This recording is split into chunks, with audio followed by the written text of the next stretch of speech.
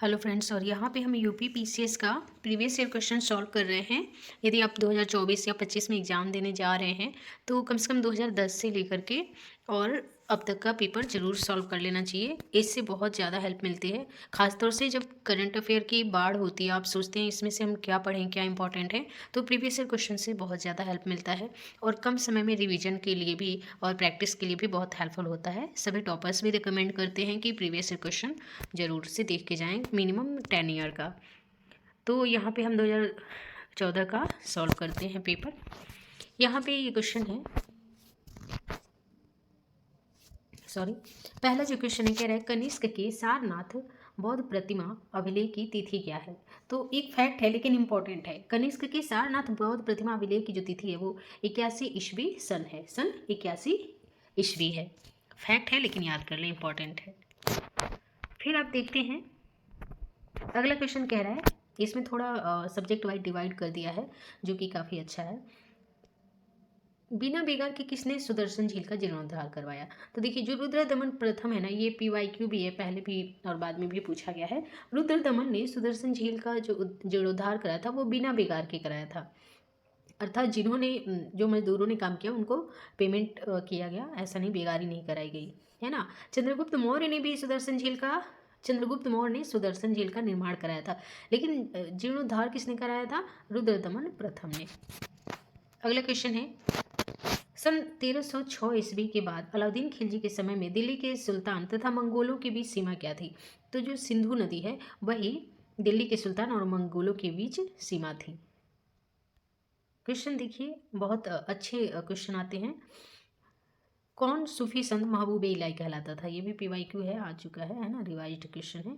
कौन सूफी संत महबूब इलाही कहलाता था। तो शेख निजामुद्दीन औलिया जो है उसको महबूब इलाही भी कहा जाता था। अगला क्वेश्चन है, ख्वाजा मोइनुद्दीन चिश्ती किसके शिष्य थे। तो ये ख्वाजा उस्मान हारूनी के शिष्य थे, ख्वाजा मोइनुद्दीन चिश्ती। अगला क्वेश्चन है, अबुल फजल द्वारा अकबरनामा कितने वर्षों में पूरा किया गया था। तो 7 वर्षों में पूरा किया गया था। किसके द्वारा? अबुल फजल द्वारा। अगला है, दस्तार बंदान कौन कहलाते थे। देखिए, ये NCERT से डायरेक्टली उठाया गया है। दस्तार बंदान उलेमा को कहा जाता था। ये मुस्लिम धार्मिक गुरु होते थे जिनको दस्तार बंदान कहा जाता था। औरंगजेब ने किसको साहिबात उज जमानी की उपाधि प्रदान की थी। तो औरंगजेब ने अपनी बड़ी बहन जहां आरा को साहिबात उज जमानी की उपाधि प्रदान की थी। अगला क्वेश्चन है, बंगाल के विभाजन के समय बंगाल का लेफ्टिनेंट गवर्नर कौन था। तो सर एंड्रूज फ्रेजर जो है बंगाल के विभाजन के समय बंगाल का लेफ्टिनेंट गवर्नर था, है ना। यहाँ पे आप देख सकते हैं। और ये बंगाल का विभाजन जो है फूट डालो और राज्य करो की नीति का क्या था, एक रूप था जो अंग्रेजों ने अपनाया था भारत के विरुद्ध। अगला क्वेश्चन है, ब्रिटिश पत्रकार HW नेविंसन किससे जुड़े थे। तो ये स्वदेशी आंदोलन से जुड़े हुए थे, ये ब्रिटिश पत्रकार थे। अगला क्वेश्चन है, महात्मा गांधी के साथ निम्न मुसलमानों में से किसने बाल गंगाधर तिलक की अर्थी उठाई थी। तो ये शौकत अली थे। हालांकि इस क्वेश्चन को बहुत वैसा माना गया कि इस तरह का किसने उठाई थी, है ना। थोड़ा इशू हुआ था इस क्वेश्चन को लेके। आंसर सही है, शौकत अली। अगला क्वेश्चन है, इंडियन ओपिनियन पत्रिका के प्रथम संपादक कौन थे। तो मनसुख लाल नजर जो है ना, इंडियन ओपिनियन पत्रिका के प्रथम संपादक थे। अगला क्वेश्चन है, दादा भाई नौरोजी के विषय में कौन सा कथन असत्य है। तो देखिए, ये सारे कथन क्या है, सत्य है। आंसर हो जाएगा डी। उन्होंने 4 बार भारतीय राष्ट्रीय कांग्रेस की अध्यक्षता नहीं की थी, केवल 3 बार उन्होंने भारतीय राष्ट्रीय कांग्रेस की अध्यक्षता की थी। किसने? दादा भाई नौरोजी ने। अन्य सेंटेंस भी अच्छे हैं, आप पढ़ सकते हैं उनके बारे में। अगला क्वेश्चन है, भारतीय राष्ट्रीय कांग्रेस का अंतिम अधिवेशन जिसमें बाल गंगाधर तिलक ने भाग लिया था वो कौन था। तो देखिए, अमृतसर अधिवेशन 1919 में जो है ये ऐसा अधिवेशन था जिसमें लास्ट टाइम बाल गंगाधर तिलक जी ने भाग लिया था, क्योंकि आपको पता है कि 1920 में 1920 में उनकी डेथ हो गई थी। यहाँ पे कुछ फैक्ट्स अंडरलाइन किए हैं मैंने। सूरत अधिवेशन की अध्यक्षता, ये भी याद होना चाहिए क्योंकि सूरत की फूट जो है ना वो काफ़ी फेमस एक घटना है, इवेंट है। तो उसमें पूछता है कि किसने अध्यक्षता की थी उस टाइम पे। तो रास बिहारी घोष जी ने की थी। और 1906 में जब ये टकराव चल रहा था गरम दल और नरम दल में, तब दादा भाई नौरोजी ने किया था। और इसमें 1906 में ही सर्वप्रथम स्वराज का उल्लेख कांग्रेस में किया गया था। अगले क्वेश्चन है, महात्मा गांधी ने अपनी निम्नलिखित पुस्तकों में से किसमें ब्रिटिश पार्लियामेंट को बांझ और वेश्या कहा था? तो उनकी एक पुस्तक है हिंद स्वराज, मैंने पढ़ी भी है, पतली सी है ना।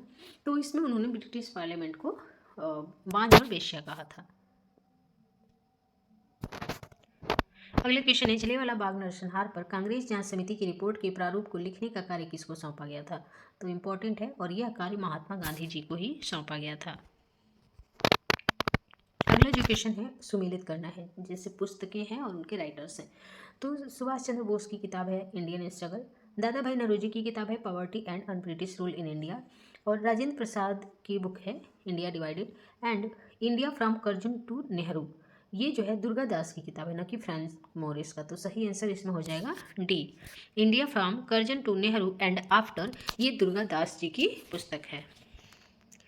यहाँ पे क्वेश्चन है 18वां, बीजी तिलक बाल गंगाधर तिलक की सजा के पश्चात किसने दया की वकालत की थी और कहा था कि संस्कृत का एक विद्वान होने के रूप में तिलक में मेरी दिलचस्पी है ना। वेरी इंपॉर्टेंट है ये क्वेश्चन, कई बार पूछा है, कई कंपटीशन में भी पूछा है।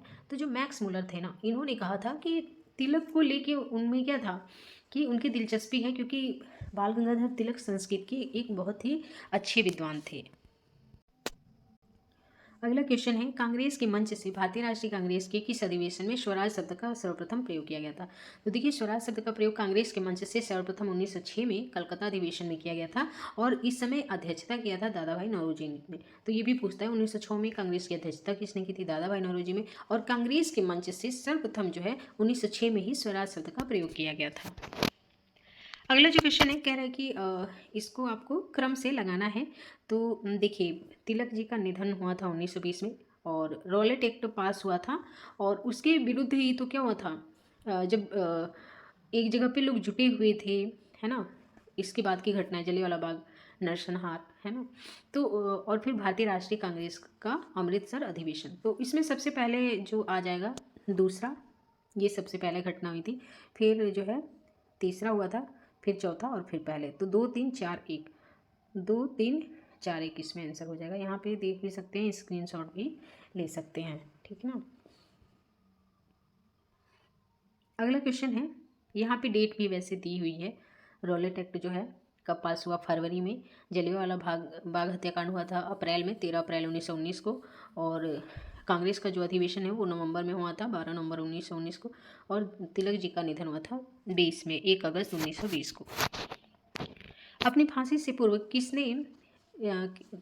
अपनी फांसी से पूर्व निम्नलिखित क्रांतिकारियों में से एक ने पानी पीने हेतु दिए गए दूध को अस्वीकार कर दिया और कहा कि अब मैं केवल अपनी माँ का दूध लूँगा।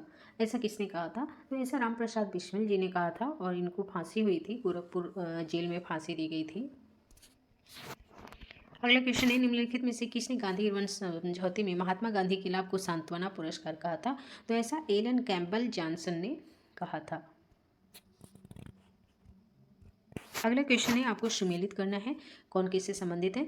तो देखिए, विनोबा भावे जी पैतृक सत्याग्रह से संबंधित है, तिलक होम रूल आंदोलन से, सरोजनी नायडू धरसना रोड से, और अरोड़ा आसफ अली भारत छोड़ो आंदोलन से संबंधित हैं। यहाँ पे आप एक्सप्लेनेशन भी देख सकते हैं, स्क्रीनशॉट ले सकते हैं चाहे तो। अगला क्वेश्चन है, काकोरी केस के अभियुक्तों के बचाव हेतु किसकी अध्यक्षता में एक समिति का गठन किया गया था? तो काकोरी केस के अभियुक्तों के बचाव हेतु गोविंद वल्लभ पंत जी की अध्यक्षता में एक समिति का गठन हुआ था। और ये जो काकोरी कांड है ये भी पूछता है ये कब हुआ था? 1925 में हुआ था। और ये जो है एक सरकारी खजाने को लूटा गया था हमारी जो है क्रांतिकारियों द्वारा। और अगला क्वेश्चन है, the man who divided India पुस्तक के लेखक कौन है? तो देखिए, इसमें जो है रफीक जकारिया है। एक कन्फ्यूजन होता है आपको डॉक्टर राजेंद्र प्रसाद को। तो इंडिया डिवाइडेड ऐसी जो एक किताब है वो राजेंद्र प्रसाद की है, लेकिन the man who divided India ये पुस्तक जो है रफीक जकारिया की है। वेरी इंपॉर्टेंट है।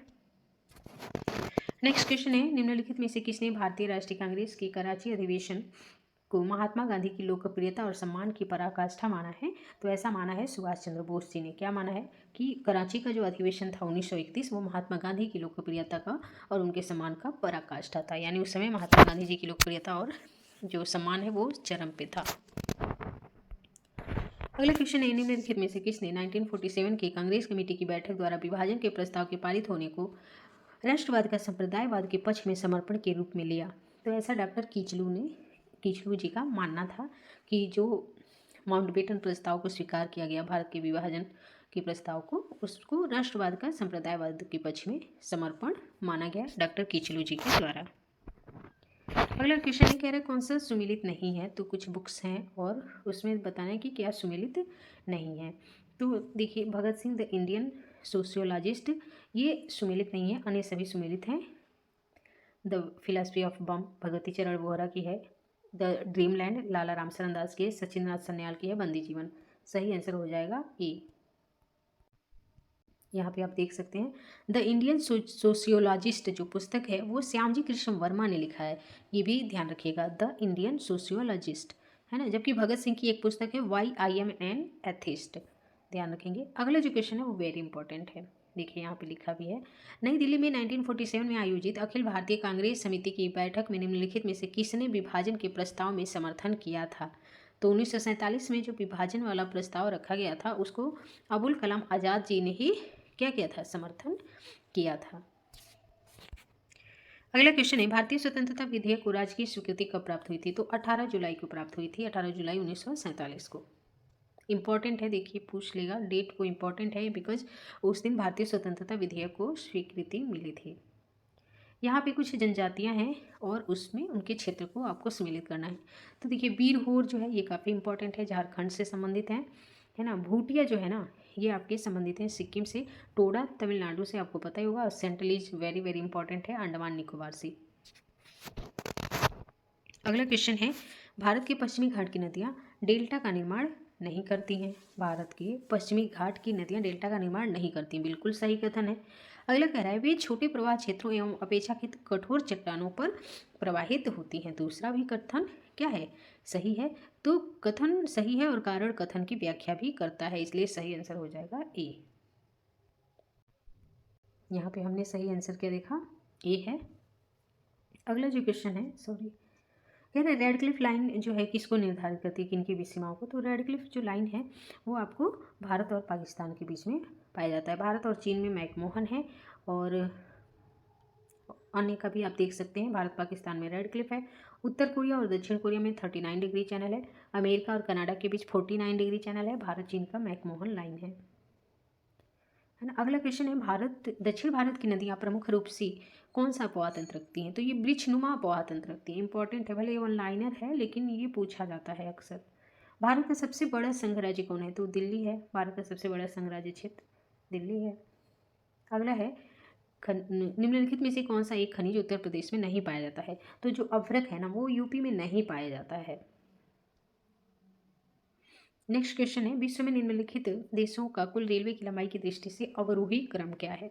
तो देखिए, ये तत्कालीन टाइम में तो उनका था सबसे ज़्यादा जो लंबाई है वो अमेरिका में है, फिर कनाडा, तीसरे नंबर पर भारत और जर्मनी। लेकिन मेरी रिक्वेस्ट ये है कि आप अकॉर्डिंग टू 2024 ये ज़रूर एक बार चेक कर लें। आगे देखिए, राष्ट्रीय जल मार्ग संख्या 1 किसको जोड़ता है?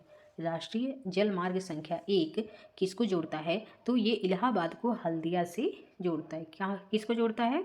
राष्ट्रीय जल मार्ग संख्या 1 इलाहाबाद को हल्दिया से जोड़ता है। अगला क्वेश्चन है, निम्नलिखित में से कौन से शीतोष्ण घास के मैदान यूरेशिया में पाए जाते हैं? है ना, यूरेशिया में आपको पता है स्टेपीज पाई जाती है।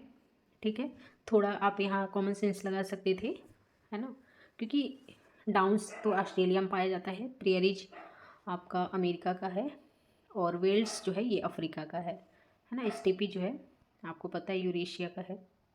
अगला जो क्वेश्चन है, कह रहा है कि देखिए, कॉमन सेंस भी तभी लगता है ना जब थोड़ा आपको पहले से नॉलेज है। मेरे कहने का मतलब ये था कि थोड़ा आपको आपने उष्ण घास कौन से हैं, शीतोष्ण कौन से हैं, ये ना भी पढ़ा हो फिर भी आप ये समझ सकते थे कि ठीक है यूरेशिया स्टेपिज जो है ये सही है। अगला जो क्वेश्चन है, कह रहा है निम्नलिखित में से कौन एक विश्व का विशालतम पारिस्थितिकी तंत्र है? तो समुद्र जो है विश्व का विशालतम पारिस्थितिकी तंत्र है। वैसे भी आपको पता है कि जो है 1/3 पे ही हमारा स्थलीय भाग है, बाकी जो 2/3 है वहाँ पे क्या है, जल का ही विस्तार है। तो इस प्रकार भी समुद्री पारिस्थितिकी तंत्र सबसे ज़्यादा विशालतम होगा, बड़ा होगा। अगला जो क्वेश्चन है कह रहा है कुछ समुद्री जंतु एवं कीट अंधेरे में अपने शरीर से प्रकाश उत्पन्न करते हैं, इस परिघटना को क्या कहा जाता है?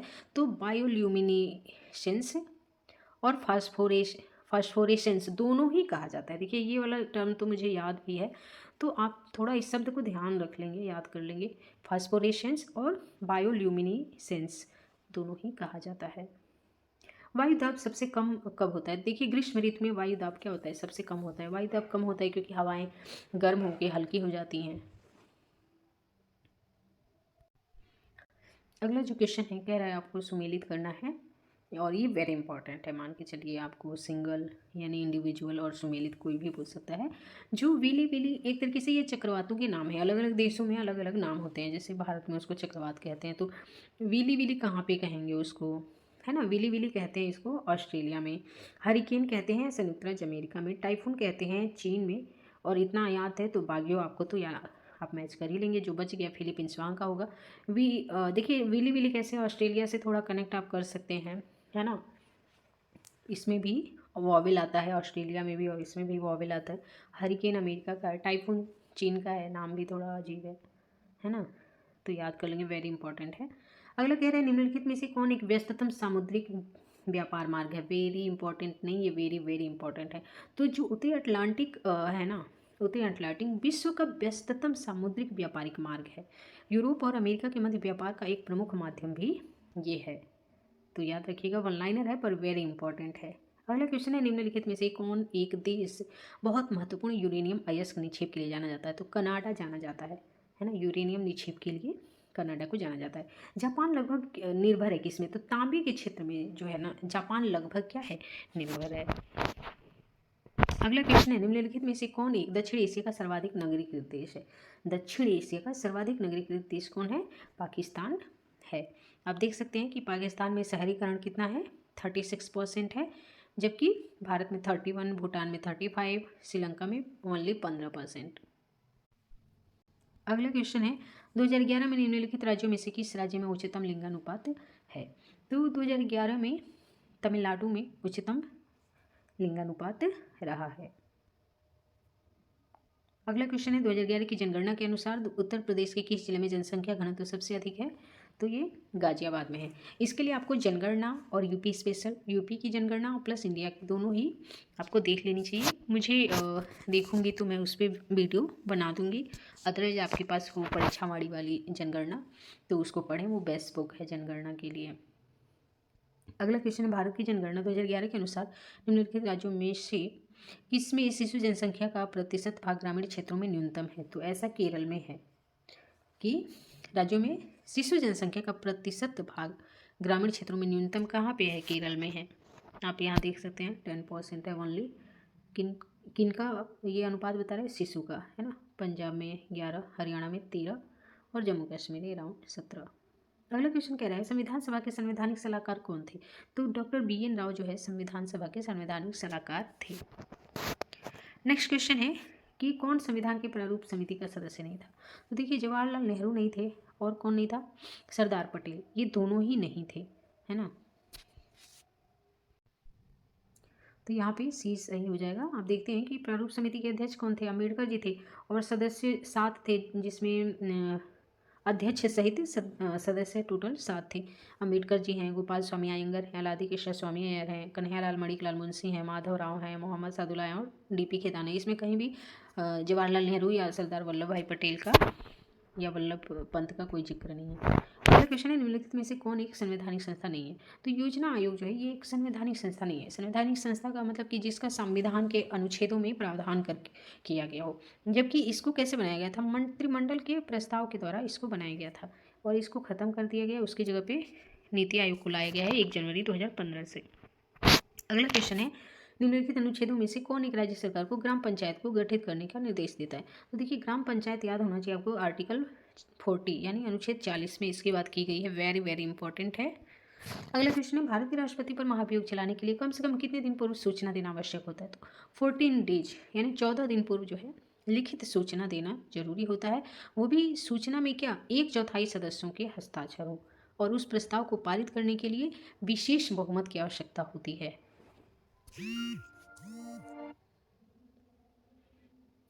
अगला क्वेश्चन है, भारतीय संसद की लोक लेखा समिति के अध्यक्ष को कौन मनोनीत करता है? तो लोकसभा के अध्यक्ष ही उनको मनोनीत करते हैं।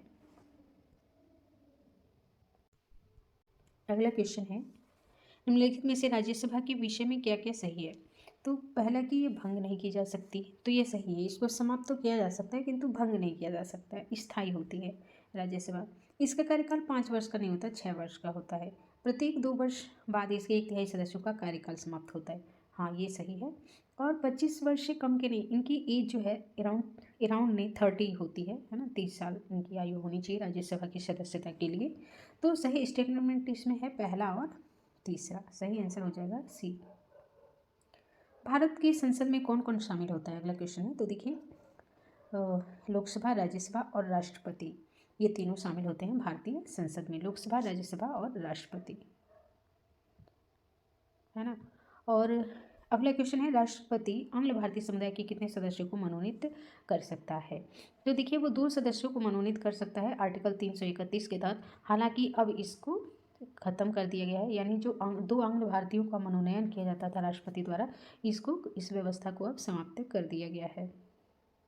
अगला क्वेश्चन है, निम्नलिखित में से कौन संसद के दोनों सदनों की संयुक्त बैठकों की अध्यक्षता करता है? तो देखिए, अध्यक्षता जो है ना, हर हाल में लोकसभा अध्यक्ष ही करता है। यही पूछता है आहूत कौन करता है ना, एक टर्म आता है, शब्द आता है, ध्यान दीजिएगा। अगर पूछता है कि संयुक्त बैठकों को आहूत कौन करता है, तो राष्ट्रपति करते हैं। और अध्यक्षता कौन करता है? तो लोकसभा का अध्यक्ष करता है।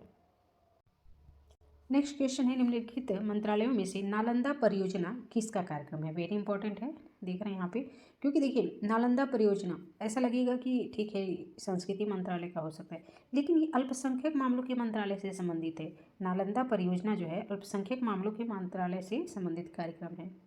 अगला क्वेश्चन है, सर्वोच्च न्यायालय का न्यायाधीश अपना पद त्याग सकता है पत्र लिखकर? किसको पत्र लिखकर? तो राष्ट्रपति को पत्र लिखकर सर्वोच्च न्यायालय के न्यायाधीश अपने पद को त्याग सकते हैं। अगला जो क्वेश्चन है, कह रहा है कि किस वाद में भारतीय संविधान के मूलभूत ढांचे की अवधारणा को प्रतिपादित किया गया था? वेरी वेरी इंपॉर्टेंट है ये। केशवानंद भारती बनाम केरल, इसमें जो है मूलभूत ढांचे की अवधारणा को प्रतिपादित किया गया था। सही आंसर हो जाएगा डी, उपरोक्त में से कोई नहीं, क्योंकि ऑप्शन में है ही नहीं केशवानंद केश। अगला क्वेश्चन है, निम्नलिखित में से किस एक अधिनियम द्वारा भारत में संघीय न्यायालय की स्थापना की गई थी?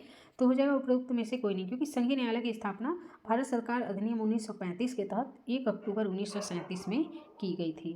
दोनों चीज़ें ध्यान रखिएगा, 1935 का अधिनियम है, लेकिन बना कब था ये? 1937 में। अगला क्वेश्चन है, निर्वाचन आयुक्त को हटाया जा सकता है किस प्रकार से? तो देखिए, निर्वाचन आयुक्तों को हटाया जाता है मुख्य निर्वाचन आयुक्त के परामर्श पे राष्ट्रपति के द्वारा।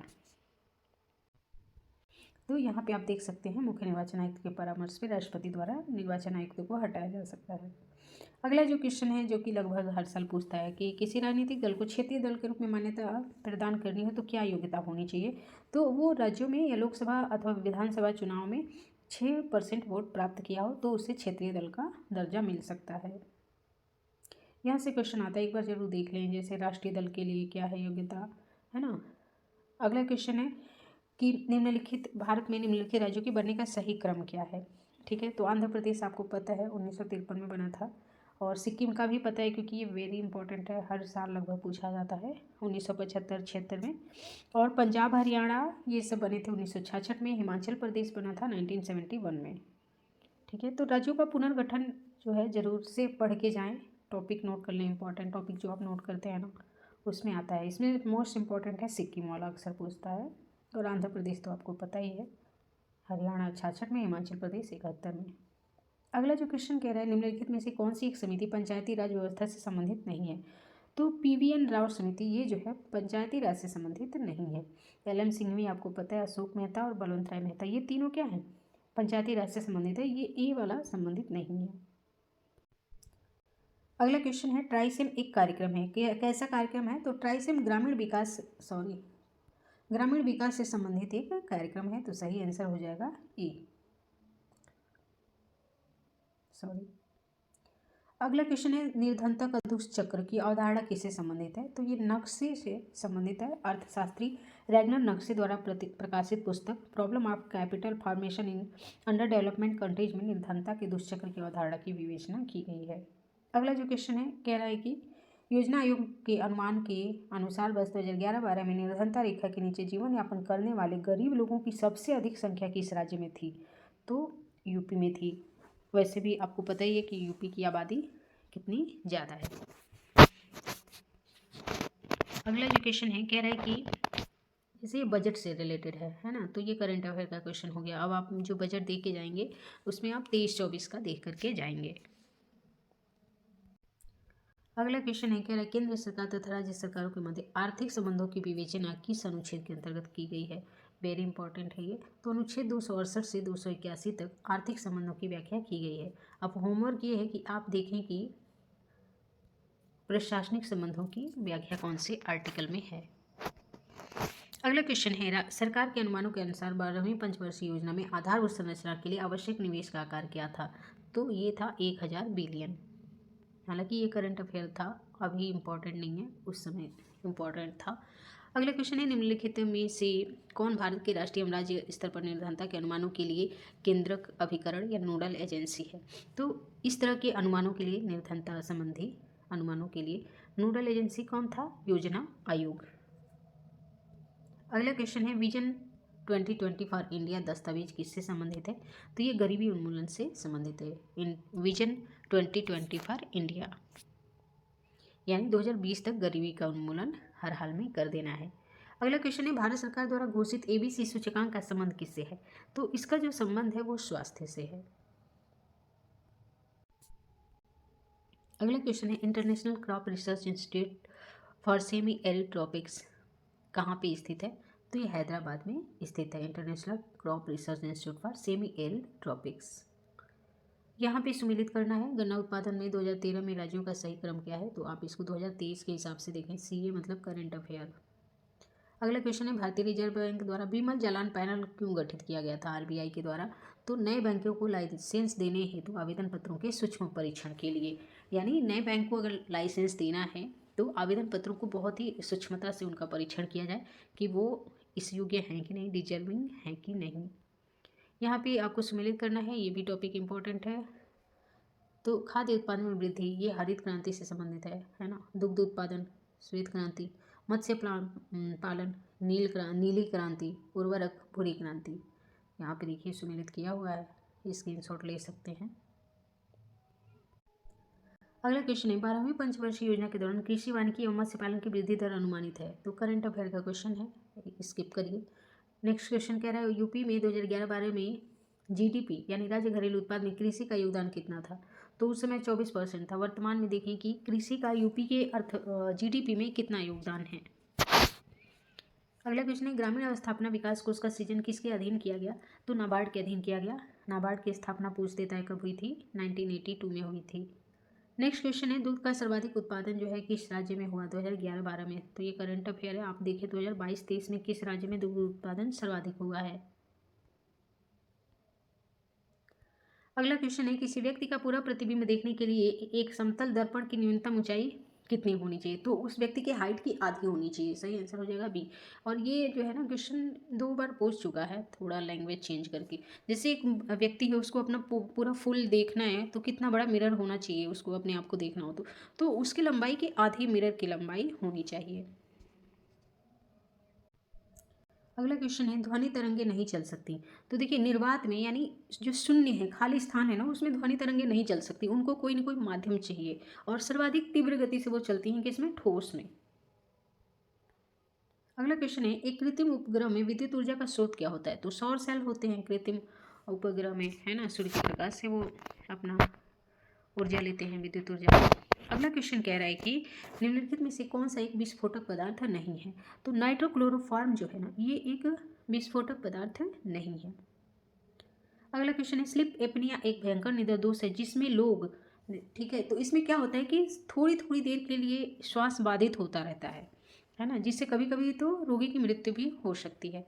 तो ये स्लीपिंग डिजीज है, स्लीप एपनिया।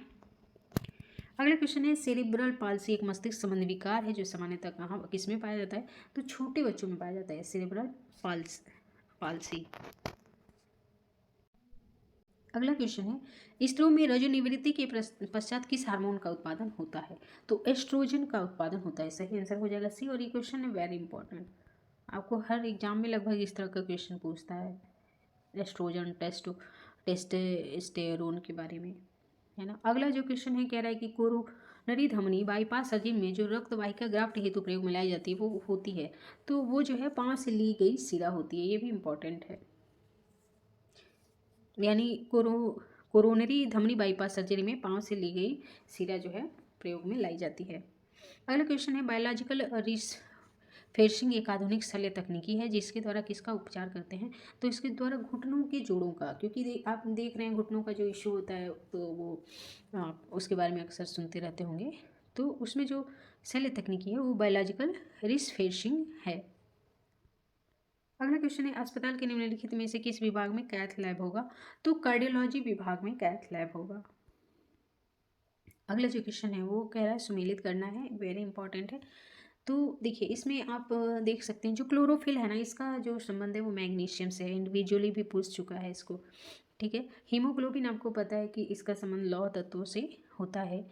और विटामिन B12 का संबंध किससे है? सॉरी, इसका संबंध है तांबे से, और पीतल का संबंध है कोबाल्ट से। तो यहाँ पे आप आंसर को देख सकते हैं, विटामिन B12 कोबाल्ट, हीमोग्लोबिन लोहा है, क्लोरोफिल मैग्नीशियम है, वेरी इंपॉर्टेंट है। देखिए ये वाला ये इंडिविजुअली भी वन लाइनर में पूछ चुका है कि क्लोरोफिल का संबंध इसमें से किससे है? तो मैग्नीशियम से है, और पीतल का तांबा। बायोटेक्नोलॉजी पार्क कहाँ है? वेरी इंपॉर्टेंट है, ये आपका लखनऊ में, बायोटेक्नोलॉजी पार्क जो है लखनऊ में है। अगला क्वेश्चन है, पर्यावरण का संतुलन बनाए रखने के लिए वनांतर्गत क्षेत्रफल कितना होना चाहिए? तो 33% वन का क्षेत्रफल होना चाहिए पर्यावरण का संतुलन बनाए रखने के लिए। अगला क्वेश्चन है, विश्व ओजोन दिवस जो है वो कब मनाया जाता है? तो 16 सितंबर को मनाया जाता है। नेक्स्ट क्वेश्चन है, ग्रीन मफलर का संबंध किससे है? तो देखिए ये भी क्वेश्चन 2 बार पूछ चुका है, ध्वनि प्रदूषण से, ठीक है। थोड़ा ऐसे याद कर लेते हैं, जो मफलर होता है अक्सर कान पे ही बांधते हैं, है ना, ताकि क्या हो, तेज आवाज़ से आपका कान भी ना खराब हो। और ग्रीन मफलर, ठीक है, वो ग्रीन कलर का होगा। अगला क्वेश्चन है, मीथेन गैस उत्पादित करने वाला क्षेत्र कौन सा है? तो देखिए मीथेन गैस जो है उत्पादित होगा वो धान की खेत से बहुत ही ज़्यादा उत्पादित होता है। यहाँ पे आप एक्सप्लेनेशन चाहें तो देख सकते हैं, ठीक है। थोड़ा नीरी कहाँ पे स्थित है, ये कई बार क्वेश्चन पूछता है, तो आप N for NEERI, N for Nagpur जैसे भी वो याद कर सकते हैं, है ना। सही आंसर हो जाएगा इसमें ए। अगला क्वेश्चन है, निम्नलिखित वर्षों में से कब पर्यावरण संरक्षण अधिनियम पारित हुआ था? तो 1986 में पर्यावरण संरक्षण अधिनियम पारित हुआ था, वेरी इंपॉर्टेंट है। अगला क्वेश्चन है, भारत में जैव विविधता की दृष्टि से धनी स्थान कौन सा है? तो देखिए जो पश्चिमी घाट है ना उसको हॉट स्पॉट भी बोला जाता है, तो ये जो है जैव विविधता की दृष्टि से बहुत ही ज़्यादा रिच है। अगला क्वेश्चन है कि निम्नलिखित में से कौन एक द्वितीयक प्रदूषक नहीं है? तो सल्फर डाइऑक्साइड जो है ना ये प्राथमिक प्रदूषक है, ना कि द्वितीयक। अगला क्वेश्चन कह रहा है कौन सा सुमेलित नहीं है? तो राजाजी राष्ट्रीय उद्यान जो है हाथी के लिए है, मानस राष्ट्रीय उद्यान भी हाथी के लिए है, दुधवा राष्ट्रीय उद्यान टाइगर के लिए। जो बी है ना वो सुमेलित नहीं है। जो पेरियार राष्ट्रीय उद्यान है वो जो है वो भी हाथियों के लिए फेमस है, ना कि हंगुल के लिए। अगला जो क्वेश्चन है कह रहा है सूर्य से आने वाला हानिकारक पैराबैंगनी विकिरण कारण हो सकता है किसका? तो त्वचा के कैंसर का, क्योंकि जो अल्ट्रावायलेट जो सूर्य की किरणें पड़ती हैं स्किन पे, इससे त्वचा का कैंसर होने का वो आशंका रहता है। अगला क्वेश्चन है, ओजोन बायोस्फीयर बचाती है, तो ये अल्ट्रावायलेट किरणों से क्या करती है? बचाती है। जैव विघटित प्रदूषक कौन से हैं? तो जो वाहित मल है वो जैव विघटित प्रदूषक है। नेक्स्ट क्वेश्चन है, भारत में अवस्थापित होने वाला पहला राष्ट्रीय उद्यान कौन सा है? तो कार्बेट राष्ट्रीय उद्यान जो है ये भारत में अवस्थापित होने वाला पहला राष्ट्रीय उद्यान है। अगला क्वेश्चन है, जैव विविधता का अर्थ क्या होता है? तो एक निर्धारित क्षेत्र में विभिन्न प्रकार के पादप एवं जंतु को क्या कहेंगे? जैव विविधता कहा जा सकता है। यहाँ पे सुमेलित करना है। देखा जाए तो दाची ग्राम वन्यजीव अभयारण्य आपको पता है ये जम्मू कश्मीर में है। केवला देव घाना पक्षी अभयारण्य, ठीक है। तो यहाँ पे आपने देखा दाचीग्राम जम्मू कश्मीर में है, केवला देव घाना पक्षी अभयारण्य राजस्थान में है, कान्हा राष्ट्रीय पार्क वेरी इंपॉर्टेंट है मध्य प्रदेश में, और पेरियार वन्यजीव अभयारण्य कहाँ पे है? केरल में है। अगला क्वेश्चन एक पूछ रहे कौन सा सही सुमेलित है ना। तो इसमें सांडी वन्यजीव अभयारण्य हरदोई में है, ये सही सुमेलित है, सही आंसर हो जाएगा सी। अन्य सही सुमेलित नहीं है, सही सुमेलित यहाँ पे देख सकते हैं वखीरा वन्यजीव अभयारण्य संत कबीर नगर में है, ओखला वन्यजीव अभयारण्य गौतम बुद्ध नगर में है, महावीर वन्यजीव अभयारण्य ललितपुर में है। यहाँ पे एक क्वेश्चन है कौन सा सुमेलित है, तो देखिए ये तो 2014 का 10 साल हो गए, 2024 में इसमें चेंज भी आया होगा। तो करंट के हिसाब से देख लेंगे कि जो फेमस इस तरह के जो एनिमल्स हैं उनकी क्या इस समय कंडीशन है। अगला क्वेश्चन कह रहा है कि निम्नलिखित में से कौन एक किसी प्रजाति के विलोपन के लिए उत्तरदायी नहीं है। तो व्यापक नीच ये किसी प्रजाति के विलोपन के लिए उत्तरदायी नहीं है, जबकि क्या होता है ना, व्यापक नीच होती है तो और भी ज़्यादा प्रजातियों को डेवलप होने का मौका मिलता है, अवसर मिलता है। अगला क्वेश्चन है कि यूपी में सबसे जलवायु क्षेत्रों की संख्या कितनी है, तो 9 है। ये बार बार पूछा भी जाता है, वन लाइनर है बट याद रखें। सिंपल लेकिन very important question, Homi Bhabha पुरस्कार किस क्षेत्र विशेष के लिए दिया जाता है, तो नाभिकीय ऊर्जा में के क्षेत्र में योगदान के लिए होमी भाभा पुरस्कार दिया जाता है। अगला क्वेश्चन है करंट अफेयर का, ये क्वेश्चन है विश्व महिला स्क्वाश चैंपियनशिप किसने जीता। अगला क्वेश्चन भी करंट अफेयर का है कि 2014 को लगातार छठी बार शून्य घाटी का बजट जो है किसने प्रस्तुत किया, है ना। अगला जो क्वेश्चन है ये भी करंट अफेयर का है, निम्नलिखित में से किसी एक राज्य ने मार्च 2014 में अन्नश्री योजना का राष्ट्रीय खाद्य सुरक्षा कार्यक्रम में विलय करने का निर्णय लिया। नेक्स्ट क्वेश्चन भी करंट अफेयर का है, 101वीं भारतीय साइंस कांग्रेस का आयोजन 3 से 7 फरवरी 2014 के बीच कहाँ पे हुआ। नेक्स्ट क्वेश्चन भी करंट अफेयर का है, निम्न में से किन 3 राज्यों की विधानसभाओं के चुनाव लोकसभा चुनाव 2014 के साथ साथ संपन्न हुए। अगला क्वेश्चन है फरवरी 2014 में देश के प्रथम post office saving bank ATM का उद्घाटन कहाँ पे हुआ, तो ये हुआ था चेन्नई में। है तो करंट अफेयर का, लेकिन जानकारी होना चाहिए कि देश का प्रथम post office saving bank ATM कहाँ पे खुला था, चेन्नई में खुला था। अगला क्वेश्चन है निम्नलिखित में से किसने भारतीय रिजर्व बैंक के डिप्टी गवर्नर के पद से त्यागपत्र दिया था, ये भी करंट अफेयर का क्वेश्चन है। अगला जो क्वेश्चन है वो भी करंट अफेयर का है, विश्व आर्थिक मंच का 44वां वार्षिक अधिवेशन जो 22 जनवरी और 25 जनवरी 2014 के स्विट्जरलैंड के दावोस में आयोजित किया गया था का विषय क्या था, थीम क्या था। अगला जो क्वेश्चन है ये भी करंट अफेयर का है, दादा साहब फाल्के अवार्ड के बारे में। नेक्स्ट क्वेश्चन कह रहा है निम्नलिखित में से भारत की किसी जनजाति ने लोकसभा चुनाव 2014 में पहली बार मतदान किया। भारत की ऐसी कौन सी जनजाति है जिसने 2014 में पहली बार लोकसभा चुनाव में मतदान किया, तो यह है शोम्पेन। और शोम्पेन कहाँ की जनजाति है, अंडमान निकोबार की। अगला क्वेश्चन है Narendra Modi the man the times पुस्तक के लेखक कौन है, तो नीलांजन मुखोपाध्याय जी इसके लेखक हैं। नेक्स्ट क्वेश्चन है बोको हराम, ये भी करंट का ही है। बोको हराम जो चर्चा में था नाइजीरिया के संदर्भ में समाचारों में था, ये क्या है, तो ये एक आतंकी संगठन है। नेक्स्ट क्वेश्चन ये भी करंट अफेयर का है, 2014 में भारतीय नौसेना में औपचारिक तौर पर सम्मिलित किया गया विशालतम युद्धपोत कौन सा था, तो INS विक्रमादित्य। अगला क्वेश्चन भी करंट का है, निम्न देशों में से किसने महिला हॉकी विश्व कप 2014 जीता। अगला क्वेश्चन जो है कह रहा है कि 7वें केंद्रीय वेतन आयोग के विषय में कौन सा कथन असत्य है, तो इसमें सी असत्य है। 3 वर्षों में आयोग अपनी रिपोर्ट प्रस्तुत करने के लिए आदेशित है। अगला क्वेश्चन भी करंट अफेयर का है, 2014 के 7वें सीजन का फाइनल मैच निम्नलिखित शहरों में से कहाँ खेला गया IPL, तो आप 22, 23 का 24 का देखें। अगला क्वेश्चन है फीफा विश्व कप 2014 कितने देशों ने भाग लिया इसमें, ये भी करंट का क्वेश्चन है। नेक्स्ट क्वेश्चन है ISIS जिससे ने जून 2014 में 1700 इराकी सैनिकों को मौत के घाट उतार देने का दावा किया का पूरा नाम क्या है, फुल फॉर्म क्या है, ये भी करंट का था, Islamic state of Iraq and Syria, ये सही है इसमें। अगला क्वेश्चन है पाकिस्तानी, ये भी करंट का ही है क्योंकि उस समय नेपाल के रास्ते जो है आतंकवादी घुस आए थे इंडिया में, उससे रिलेटेड है। पाकिस्तानी आतंकवादी अब्दुल वालिद और फ़हीम जिन्हें मार्च 2014 को गोरखपुर में गिरफ्तार किया गया, उनके गोरखपुर पहुंचने का मार्ग क्या था, तो वो पाकिस्तान के कराची से पहले काठमांडू यानी नेपाल आए, फिर गोरखपुर यानी भारत में आए। अगला क्वेश्चन है ये भी करंट का ही क्वेश्चन है, 23 जनवरी 2014 को मोरक्को की पार्लियामेंट द्वारा दंड संहिता के एक अनुच्छेद में किए गए संशोधन के विषय में निम्न में से कौन सा कथन सत्य है। तो आप देख सकते हैं करंट का इसमें कितना ज़्यादा जो है वेटेज है, इसमें सही था कि मोरक्को पार्लियामेंट ने एक डिसीजन दिया था, उसमें कहा था कि अल्पसंख्यक लड़की के बलात्कारी को मुकदमे से बचने के लिए उसके साथ विवाह करना होगा। अगला क्वेश्चन है, विवाह करना नहीं होगा, मजबूरी नहीं थी, विवाह करने की अनुमति थी। लैंग्वेज पे भी ध्यान देना जरूरी है।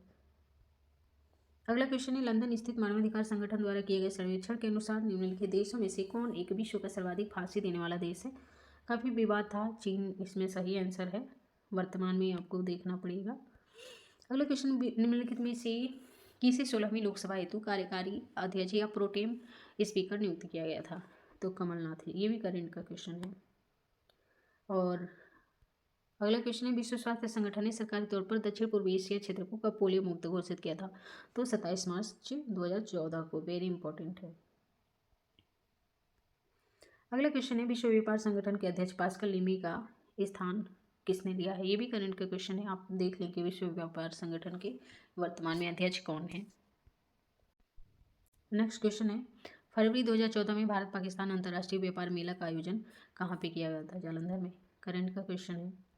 अगला क्वेश्चन है, निम्नलिखित में से किस राज्य में बहिनी दरबार, ये भी करंट का है। मध्य प्रदेश में बहिनी दरबार नामक समाचार पत्र महिलाओं के लिए प्रकाशित होता है, महिलाओं के द्वारा।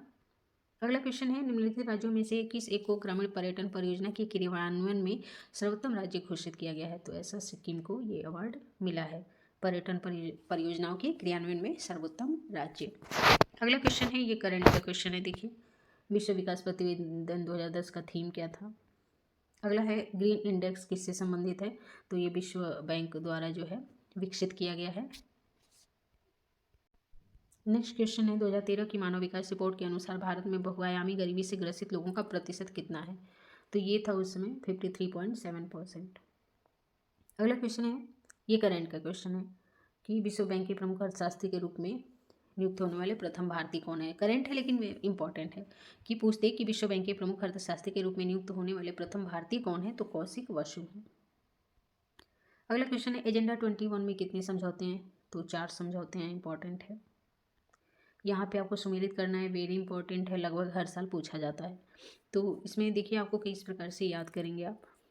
सर्व शिक्षा अभियान है ना, और साक्षर ऑपरेशन ब्लैक बोर्ड सबसे पहले जो है ये 1987 में आ गया था, है ना। यहाँ पे आप देख सकते हैं सर्व शिक्षा अभियान 2001 में आया था। 6 से 14 वर्ष तक के बच्चों को जो है निःशुल्क अनिवार्य शिक्षा का प्रावधान लेके। साक्षर भारत 2009 में, सबसे लास्ट में ये वाला आया था साक्षर भारत, है ना। ऑपरेशन ब्लैक बोर्ड आया था 1987 में, और राष्ट्रीय साक्षरता मिशन आया था 1988 में। तो इस प्रकार से हमने ये पूरा पेपर कंप्लीट किया। आगे और पेपर लेके आएंगे। चैनल को सब्सक्राइब करें, वीडियो अच्छा लगे तो शेयर करें, और ऑल द बेस्ट आप लोगों के एग्ज़ाम के लिए। धन्यवाद।